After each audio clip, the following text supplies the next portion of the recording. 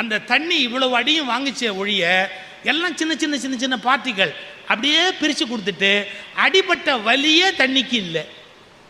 அப்போ தான் யோசிச்சு பார்த்தோம், ஆஹா நம்ம மாஸ்டர் சொன்ன விஷயம் என்ன அப்படின்னு கேட்டால், நான் கல் மாதிரி இருந்தால் அடித்தா வலிக்கும், ஆனால் நான் தண்ணீர் மாதிரி மாறினாதான் எவ்வளவு அடித்தாலும் எனக்கு வலிக்காது. இதை என் மாஸ்டர் கற்றுக் கொடுத்துருக்கிறாரு. இது முக்கியம் இல்லை. ஒரு அருவி மேலேந்து விழும்போது பார்த்துருக்கியா, அது மேலேந்து விழுற தண்ணி பாறையை உருட்டும். கொஞ்சம் யோசிச்சு பாரு, தண்ணி பலம் இல்லாததுங்கிறான். எவ்வளவு பெரிய பாறை அது உருட்டி கீழே தள்ளும் தெரியுமா? அப்போ மேலேந்து விழும்போது ஒரு தண்ணீர் பலம் பெறுகிறது. அது தாக்கும் போது அளவு கடந்த வேகத்தோடு தாக்குகிறது. ஆனால் தாக்கப்படுகிற போது தன் மீது அந்த தாக்குதல் படாதபடி தன்னை லேசாக்கி கொள்ளுகிறது. ஒரு மிகச்சிறந்த குத்துச்சண்டை வீரன் தண்ணீரை போல் இருந்தால்தான் வெற்றி பெற முடியும் அப்படின்னு புரூஸ்